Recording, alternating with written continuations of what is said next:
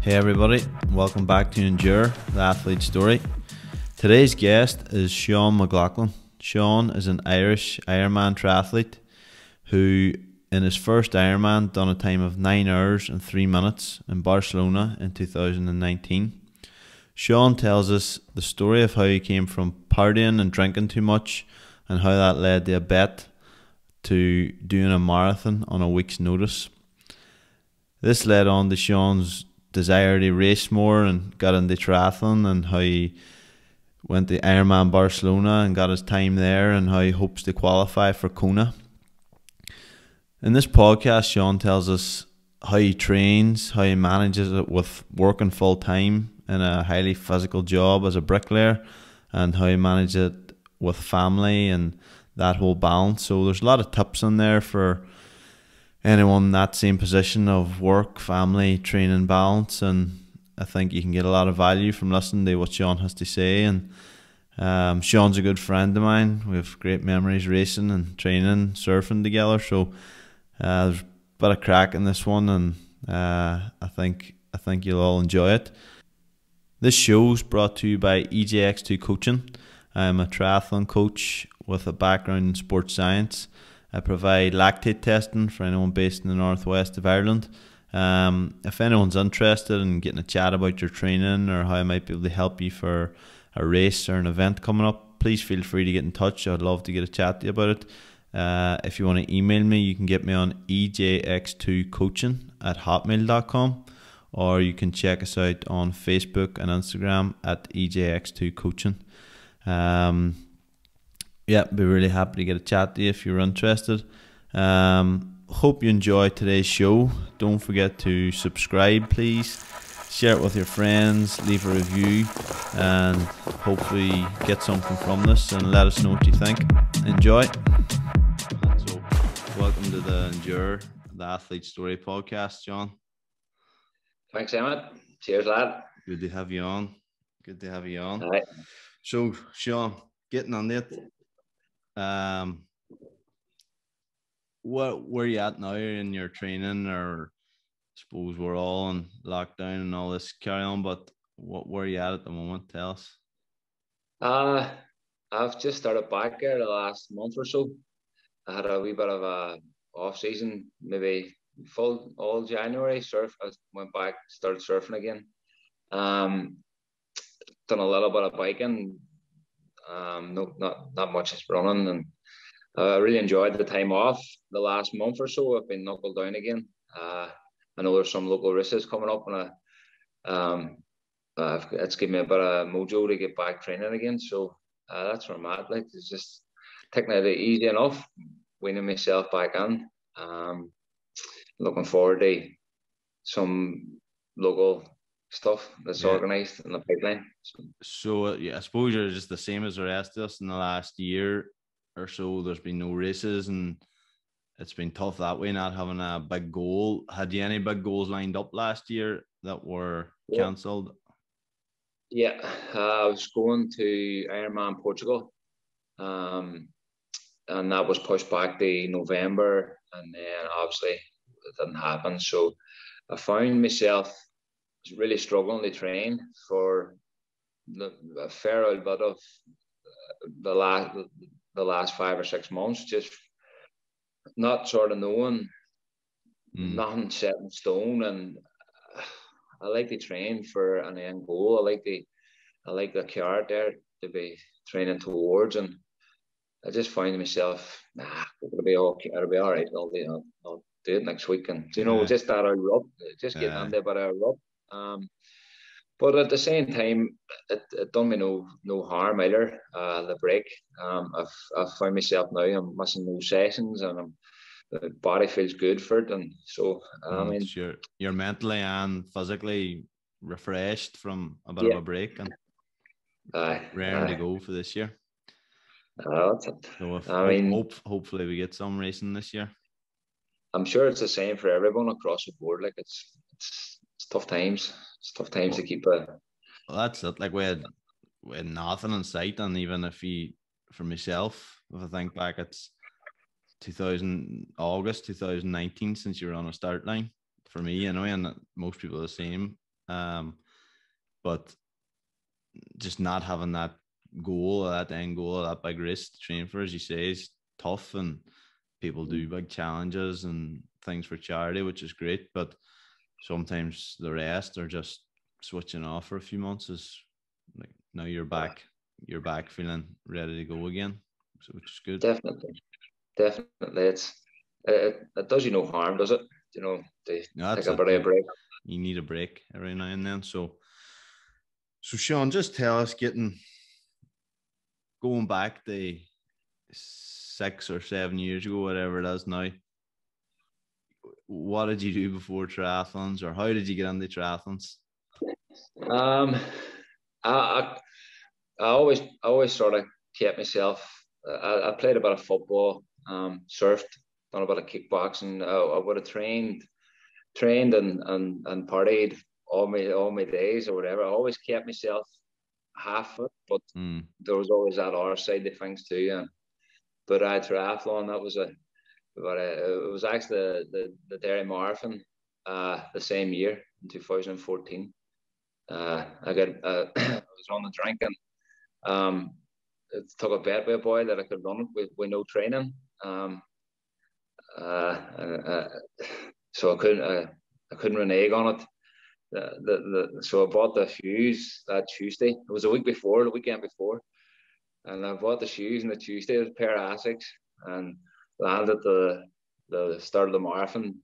I was nervous. I was really nervous. I must have smoked about four or five rollies. I remember landing in the Everglades, and I had these big baggy cotton pre-marked shorts on, like that way down below your knees. And no one told me that you're not supposed to wear the finisher's t-shirt until you actually finish the race. You had the finisher t-shirt on, no? I had the finisher's t-shirt on. That's class. I had Darren was my name, like, so I remember like I was going for the crowds. Go on, Darren, I think I brought like a wee strap of painkillers, 2 rollies, and you brought headphones. So anyone that doesn't know Rowley's is like a rolled up tobacco, rolled up cigarette. Amber leaf smokes. 2 cigarettes, just in case, on board me for the marathon. Well, later.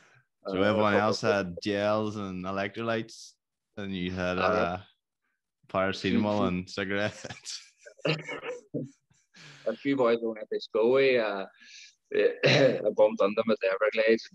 They were, it was really tense, and they were doing their stretches, and they were saying how much 6 months training and whatever. And whenever I told them what I was doing, they're like, "You're going to die." What are you at?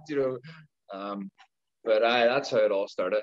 That's how it started. How did you get on in the marathon? You finished it, did you? I finished it on 1 week's notice.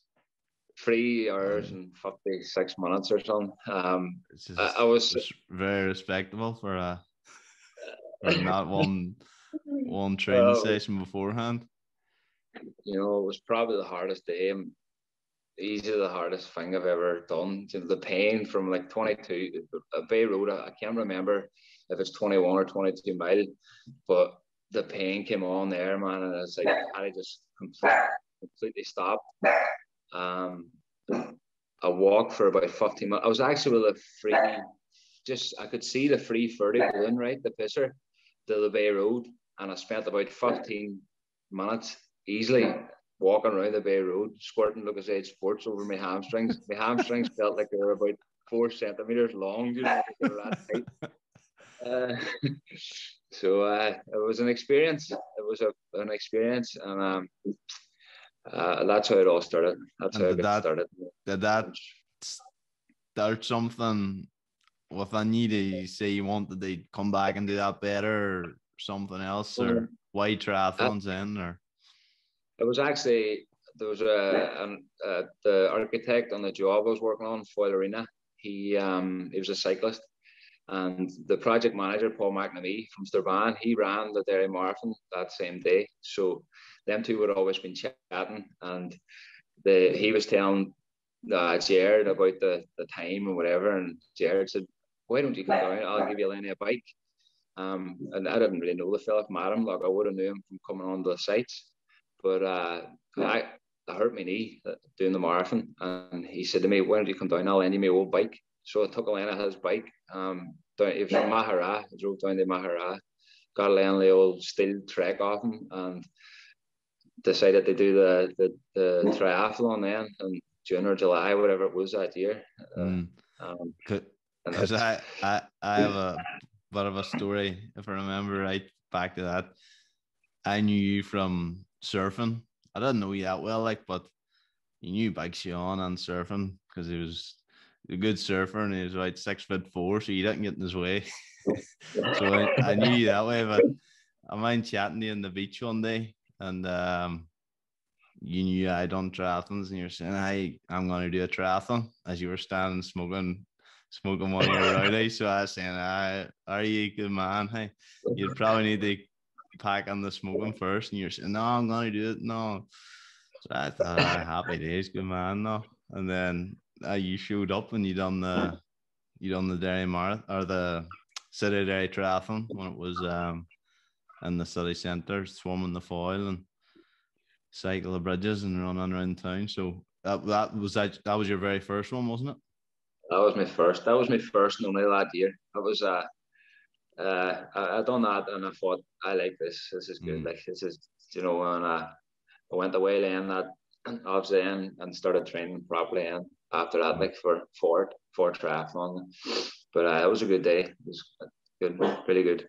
And so then, when you decided to do triathlon, was the partying and the drinking, did you put that in the back burner? Or? Nah, not really, to be honest. Not the first. How long am I? 5 years. I've quit drinking five Christmases ago, just passed. So yeah, the first 2 years I was still I don't know, usual, just sort of training plus me mad 3-day benders and stuff. So but now you say 5 years, you're 5 years I'm off the drink now. I give it up. Doesn't suit me. Doesn't just, you just get the point where you realize, you're I don't know. I was turning 30 and nothing was changing. Do you know what I mean? Every time it was the same shit, different toilet, basically. So you went under the triathlons, and I think from getting to know you over the last 6 or 7 years, you don't do half measures. No. So you went at the triathlons and you went at them hard, and it paid off. That first year you came to do a full season of racing, with training behind you, were. I had a good lean ball, 106 or something for my first ever proper train sprint, which was I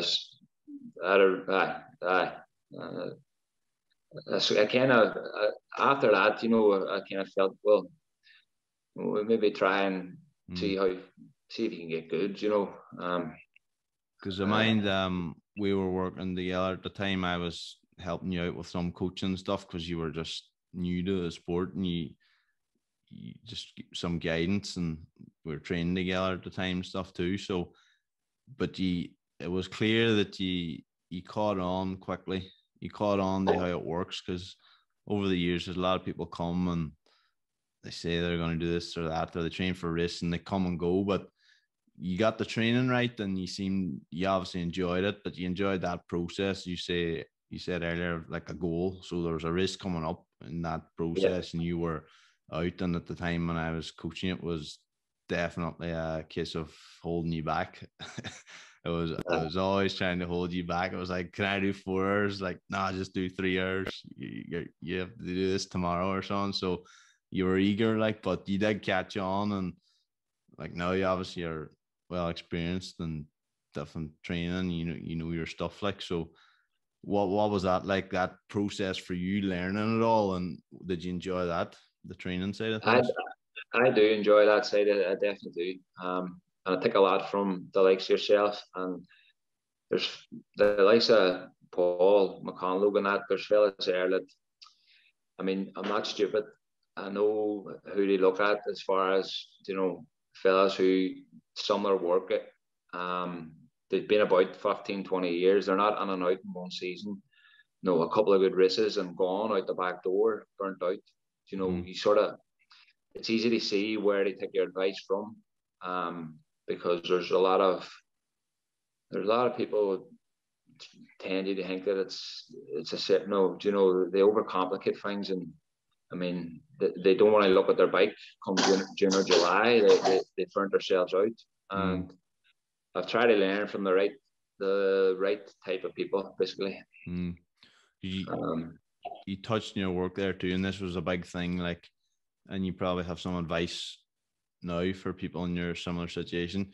You're a you're a bricklayer.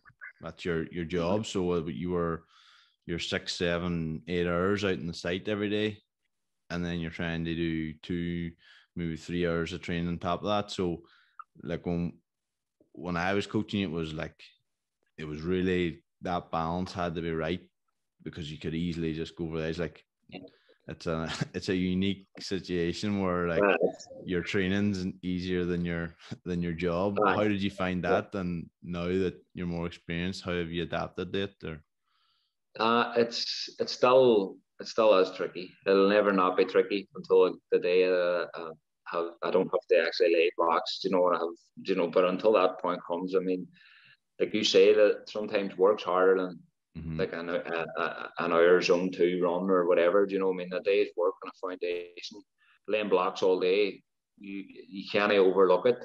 Mm. And like, I mean, like the night, the perfect example, I'm tired, Yeah, and I wouldn't want to train, so yeah. whereas before I might have just pushed on and trained, Mm. but it's just one of them things that you just have to sort of balance it. And I find that it's it's good to be on your own kind of training program, because sometimes if you're getting coached or you're working to a certain schedule, um, and you just can't, it's Mm. hard to do sometimes, on top Mm. of work. It really is. But if you listen to your body uh, and just try and uh, not overdo it, because Mm. there's no recovery. If you do a hard weekend's training and Sundays maybe a long run plus a bike, and you get up on Monday morning, you're back. You've 8 hours of work, 8 or 9 hours, and then like come Monday night, if you don't take recovery, you're on a road to nowhere. Like. Yeah. So, in terms of your recovery, what are you doing to get that recovery, or is it the main thing you're saying there, the balance of, if you're tired, you're doing something easier, or taking training off, because you can't take your work off, unfortunately. So it has to be the training that gives way. But in the long run, that's making you a better athlete. I've more so the last couple of years. I've listened to when I needed to take recovery. I just don't keep going and going until something goes. Mm. Especially see the likes of my hamstrings and lower back from just that handball and stuff all day long can be. Mm. It takes its toll on you. Like, Yeah. so I just try and take recovery when I need it, and don't. I've took myself off Strava and the likes, because I find it. There's times there when you don't really want to be.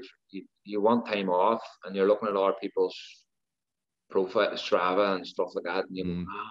I'm going to take it. No, and you end up paranoid or something. So I you think know. Joe Filio, the coach of multiple world champion and stuff, for anyone that Yeah. doesn't know him, but you know him anyway. He uses the term Strava Noia.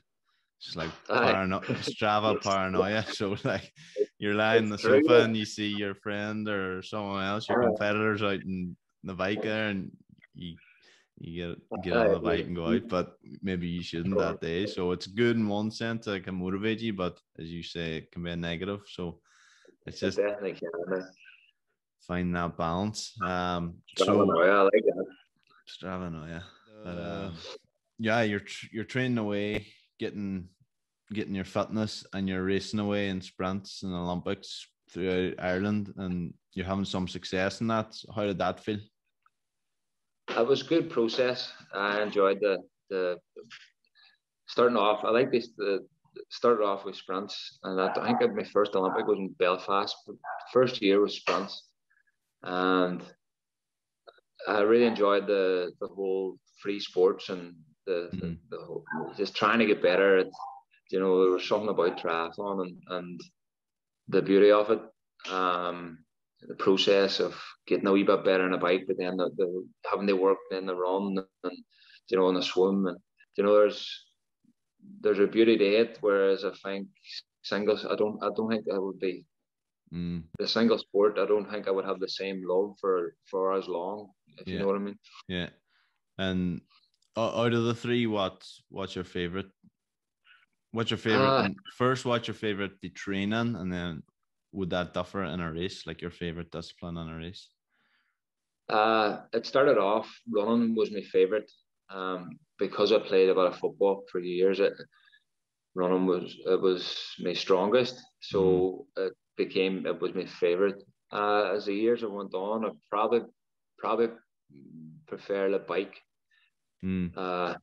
Training wise, I still like going running. There's something good about just throwing on a pair of slippers and going for a run. But racing, it's a bike. It was a love hit thing to begin with. I wasn't strong on the bike. I had to have a really high cadence and try and rely on a bit of aerobic fitness, and I had no strength as such. But I addressed that a few years ago. Spent a month or two of big blocks of bigger bikes and low cadence stuff. That's helped as far as bring the biking on. So I would say biking, I'd say I enjoy the bike the most. For anyone that has trained with you or has raced you, they know now the bike's not a weakness for you, and it's definitely a strength, especially someone like me who might be a wee bit ahead of you out of the water. And how long can I hold you off until you come flying through, and then try and hold on, but it doesn't usually last long. So then, Sean, after you were doing sprints and Olympics for a few years, and you had good success in them podiums and stuff, local races definitely, and further afield. But then you stepped up to the half Ironman. What was your first half Ironman? My first was it Grimsport? I think it was Grimsport, but it wasn't, because it was shortened that day. The swim was half. I remember you were down. That's right. There was a sprint on that day too. The swim was half. The water temperature was freezing, and waves. They kept the bike the same, and they half the run. So I mean, I don't call that my first. The following year was Dunleary, down in Dublin. Ironman half. That was my first ratlet full go, and I mean, that was, to be honest, that was me. I had a really bad day that day, like really, really bad day. I was selling the bikes. I got back to the hotel. I was staying there. I'm selling my bikes. Triathlon. I'm finished with it. But I was training for sprints, and and I try to race a half with sprint training on me, and it was brutal. It was a really tough bike course, like, and it was a tough swim that day. I got out of the water, and whatever. Everybody had a tough swim, but I got on the bike, and it's really hilly for the first. Must be, I don't know, 30, 40k. It was uphill and whatever. Pushed far too hard, and then there was like sections descending where I was shitting myself because I'm on the aero bars, and I actually had a bit of a spill on the way back down one of the S-bends, but didn't hurt myself. Back on and finished the bike and thought, right, here we go. So settled into what I thought I could have held for the half, and 6 mile, it just bang, had a wall, and I wanted to be swallowed up on the ground. It was just out on my feet. Was that worse than the marathon? That was worse. It was worse because no, the marathon was unknown, and it was like no, it was, it was to be expected. Whereas the Dunleary was like it was disheartening. I did genuinely, after it, I was saying to her, I'm finished with triathlon, I'm done, but then, like, I think about a week later, I had jumped on the bandwagon. They try Barcelona the following year. So I mean, it didn't take me long to forget about it. But what I was trying to get at was, if I had such a bad day, I probably wouldn't have realised that they go that distance is going to take a bit of work. And I more or less said to myself, I'm never ever going to put myself in that situation again when not having done the prepared. work. Exactly. That's what I was trying to get at there. And I mean, I think that day sort of stood for me as far as realizing that if you're going to do it, it's a bit different. It takes a wee bit more, and so that's how it started anyway. So then, in the space of a week, you went from you were going to sell everything. You were signed up an Ironman. Ironman Barcelona. I think it just sums up. It just sums up your attitude. But as you say, it stood the bad day made you probably gave you the kick you needed to get going. For the Ironmans. It definitely did. I was looking down at my legs when I was running like 9-minute miles. I went from like 6:40 to 9-minute miles, and my legs couldn't move. I was like, so that was a day. It was a good lesson to be learned. So you signed up the Ironman Barcelona, and how long did you have then to train for that? How long was that when you signed up there? How long was the?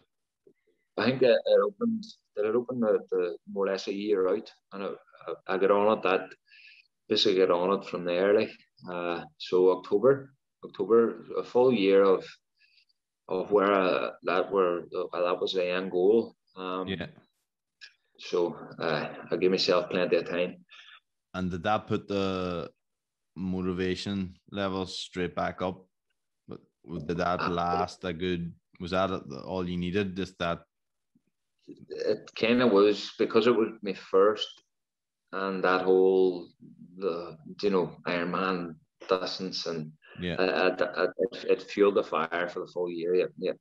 So I'm just gonna get you to touch on a bit of your training. So, but leading up to that same year, you were 6th in the national championships in Sheephaven. Was that were you happy with that result? Because it was because for anyone that doesn't know that course, it's absolutely brutal. It's a beautiful part of the world down in the Downlands in County Donegal, but there's hills, it's open, the wind, and you would expect wind and rain stuff in that part of the world, but that year it was roasting, so it was stuff that us Irish training in the cold all year weren't expecting. So it was a really tough day, and people were really like, it was turned into a real endurance fest. Like, it wasn't fast, it wasn't pretty, like it was just a slog, and the sort of toughest man won. And that day Chris Minturn was flying, like he was really strong. But yourself, like, only a few years in the sport, maybe your 3rd half distance, and you were 6th in a national championships, which was really strong. How did that feel? That was a good day. It was a tough day. It was really warm. It was like 23 degrees or something. I'm just thinking, I actually done Sheephaven the year before Dunleary. That's right. You done Sheephaven the year before as well. That's that right. Was that a championships or? No, it was just no. But so it was. The reason I probably not counting that is mine that took a puncture and couldn't fix my tube. Right. I had to get a lift back to. That's T2. Right. I was on driving the course that day, and I was saying, Jeepers, Sean must be here by now That's because you right. were sitting on maybe the top 15 the bike and these people went past. Like, so I was driving, they looked for you in the course and I heard past this car on the road and I heard someone shouting, damn it.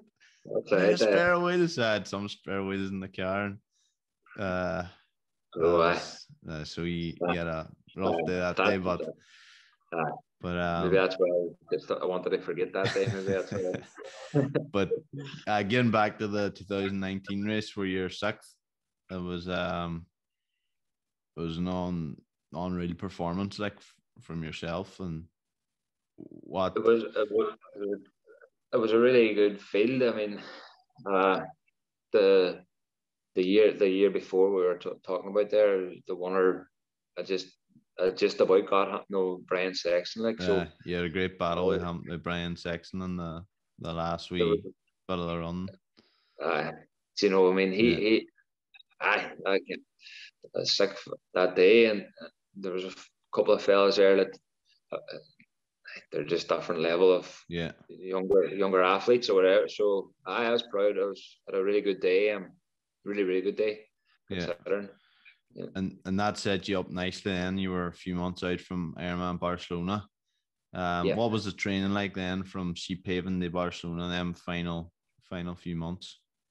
To be honest, there was some couple of weeks off as such. I was actually working with Aidan Callahan Mm, for the majority of 2019, from early February right through to Barcelona.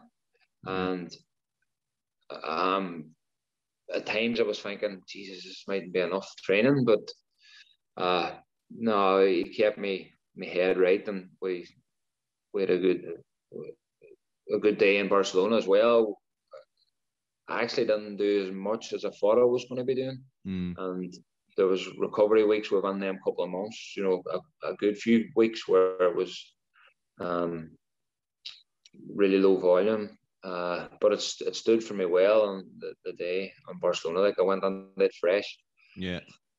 So Um, like you're still obviously, as we were saying earlier, you were working in the lead up to this Ironman, you're working full time, manual labor, hard working job as a bricklayer.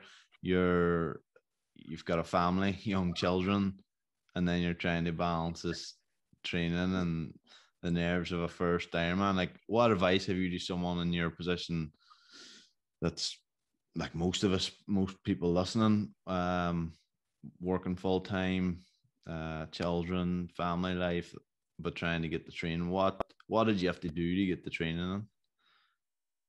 uh, Prioritize the early days anyway, in the weekends, and try and get, if especially towards the end, there's a couple of Mm, weeks there, bigger blocks, and just get them done early and get back, and try and not take up your full day, because you end up feeling guilty. mm, If you head out the door at 9 or 10 and you're not back at 2 or 3, it's yeah, a bit different. It's a bit different from leaving at 7 and back at 12. So I just sleeps if I can find to try and get a regular sleep yeah, pattern, like, you know. But it can be hard. It yeah. can be hard, and You need juggling. I have four kids, like, so it's not to say it's you need a very understanding well. This is woman there. So and you have one, well. I mean, Sarah. So if you you're lucky. if you if you put her through a pile of years of 3 day benders, and then you go off a drink and you only go away for like 3 hours training. She's a That's lot. a positive. It's a lot better. Wow, So, happy days. so maybe that might be the best advice. Uh, Go mental for a couple of years. but you were saying there about early mornings. Like I heard something once. I don't know what it was. It was a YouTube video or something. Some army man, uh, motivational talk or something. But he was saying if you're up training at 5:30 or 6 in the morning, nobody's looking for you.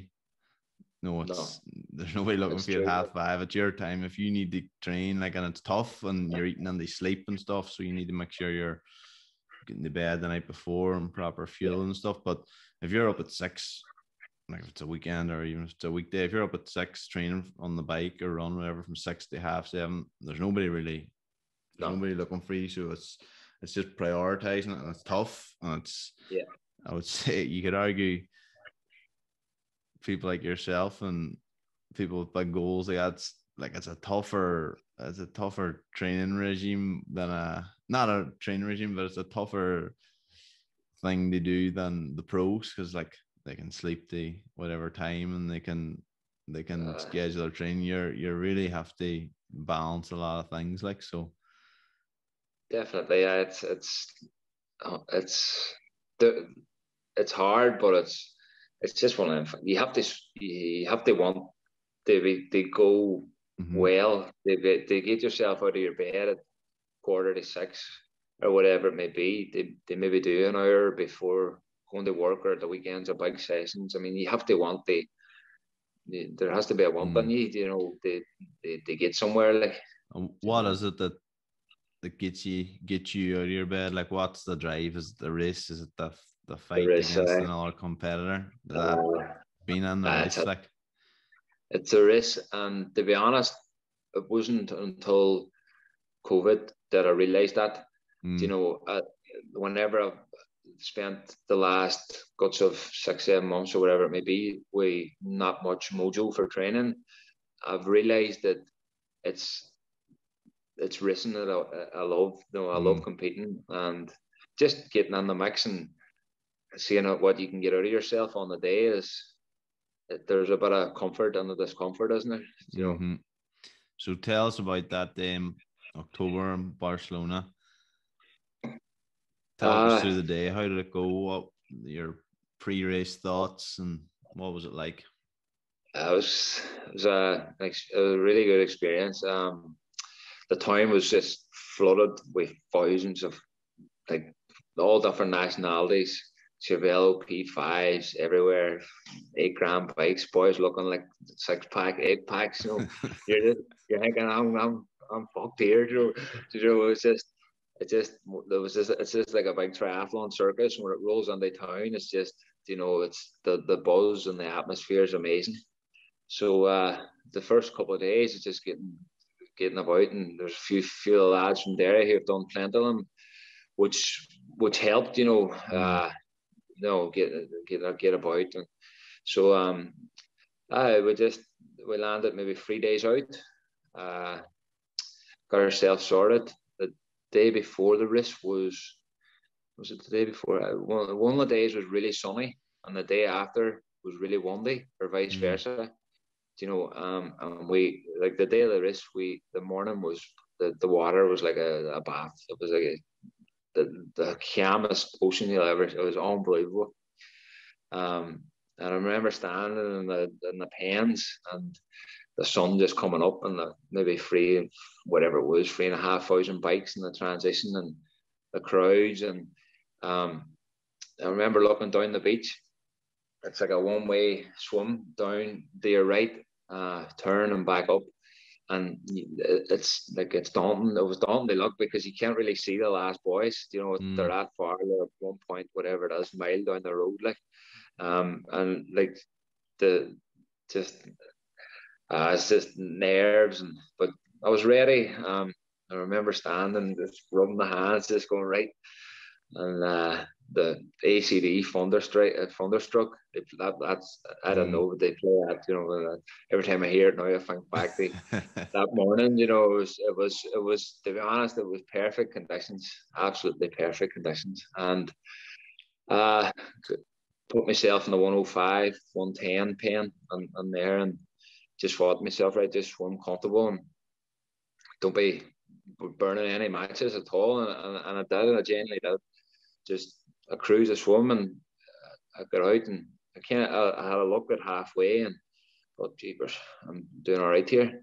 Could turn, get in, and had a great swim, like 101 something, and I thought, right, this is it here, happy days, and got out on the bike and get up on the first hill, up out of Killia, and the trains just start, and there's groups of maybe 20 boys, and it's just get in amongst it, and I mean, oh, it was amazing, like, amazing. You're sitting, you're going.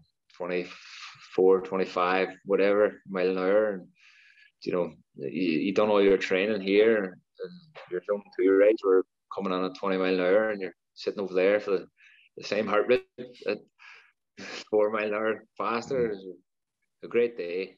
No real wind on the bike as such. And just bombing it to get off. I actually must have, about the 90 mile mark, I must have an aid station to try to grab a bottle. I must have and felt a wee bit funky, maybe around the 95ish, just didn't feel great. So I just lay on the back. Might have actually been a wee bit earlier than that, before 90 miles, because it might have been 90. I felt that coming on.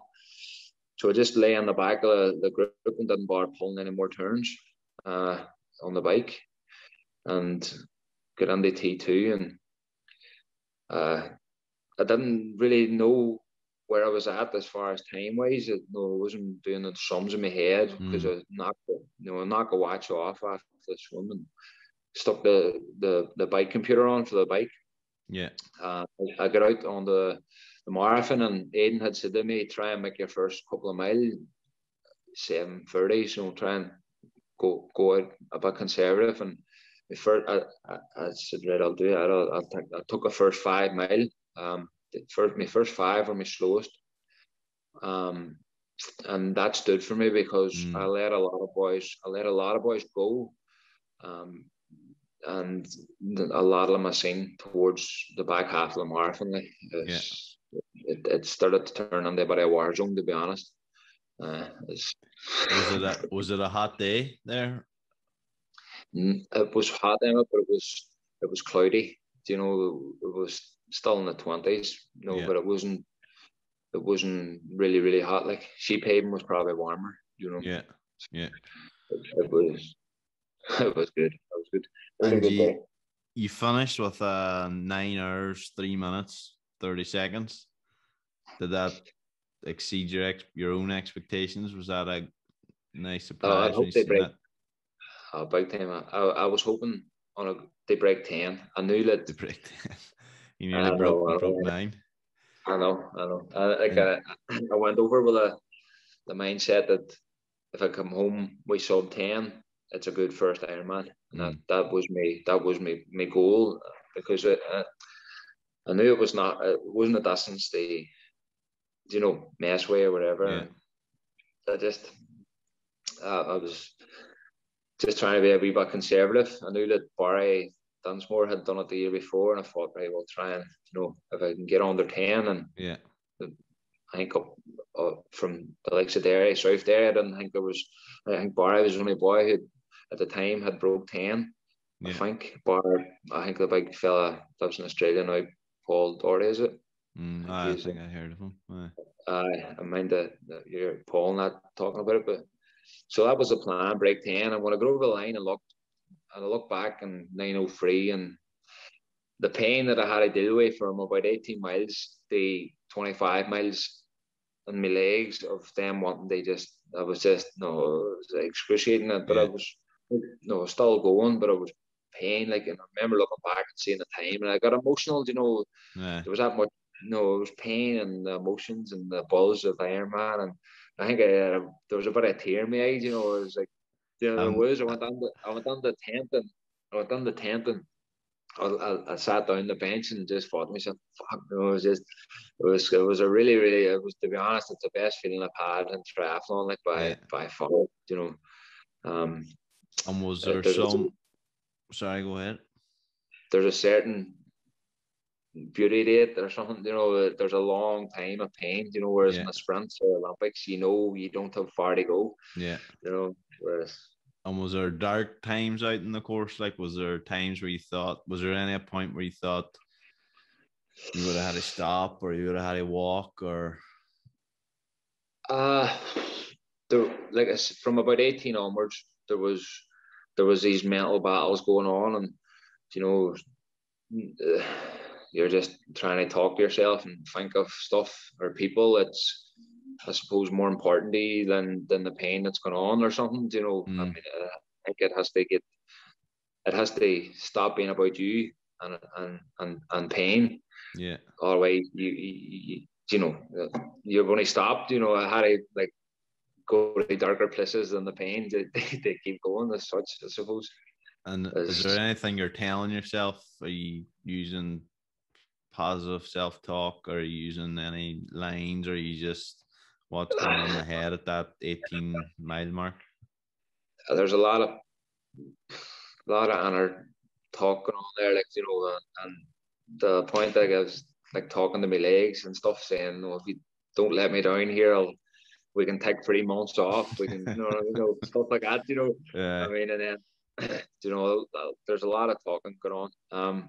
But in fairness, the first 5 miles stood to me because I was in pain, but there was boys a lot worse off than me that, they look like drunk men, on the course. So I think that it was pissed well enough that the pain was a lot, but it was doable. I didn't walk. I stopped for a pee. I actually did. I stopped to go to the toilet.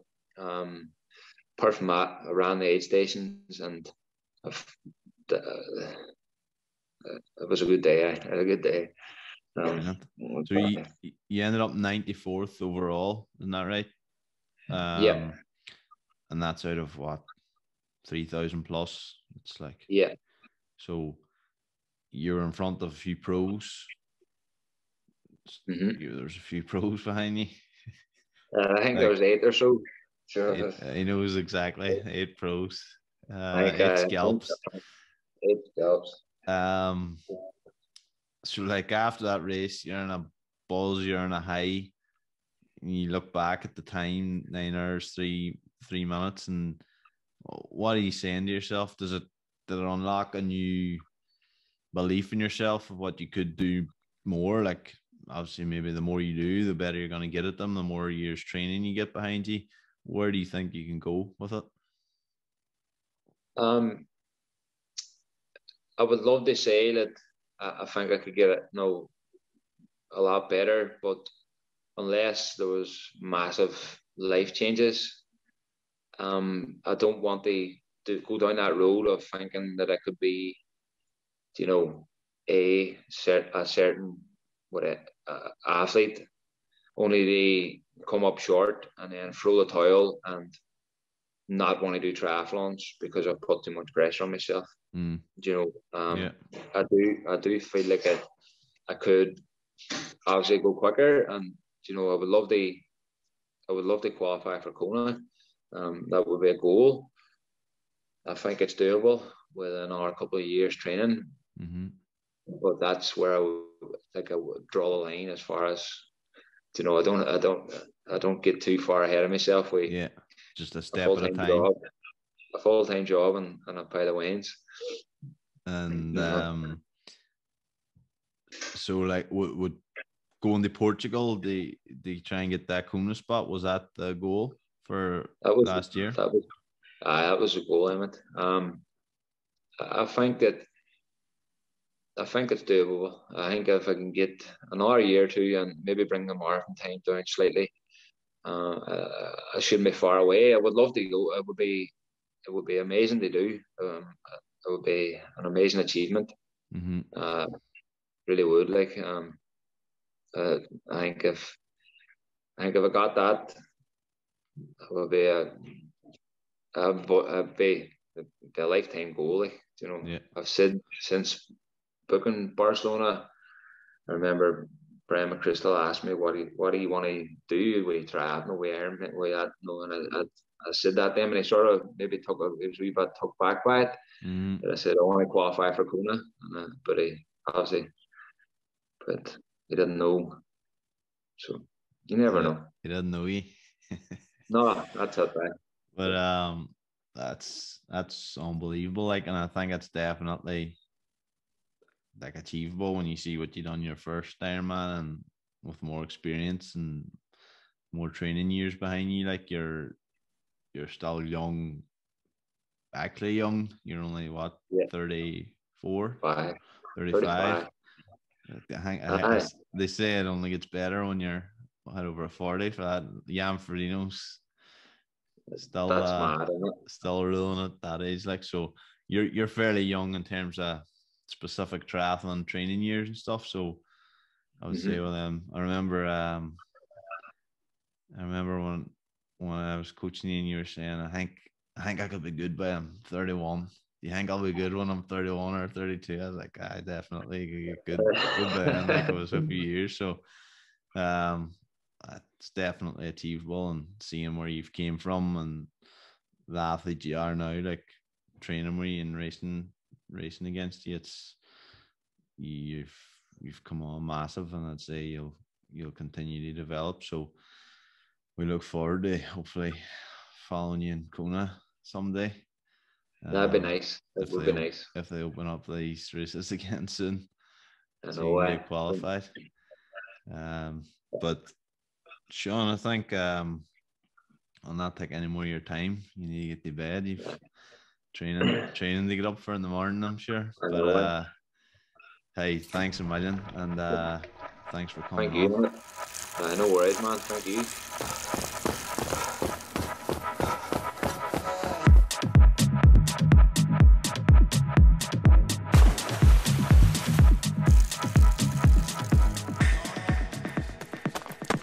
So, show's over. Thanks everybody for listening. Hope you enjoyed it. Hope you got a lot of value from it. I certainly enjoyed recording this with Sean. It was great crack and learnt a lot from it. So if you did enjoy the show, I would ask you to send it to one person. Copy the link and just send it to one person who might benefit from it, might find inspiration or motivation from it. And again, if you could leave a review, that'd be extremely helpful. And we'll be back next week with another great guest. So stay tuned, and thanks for listening. See you.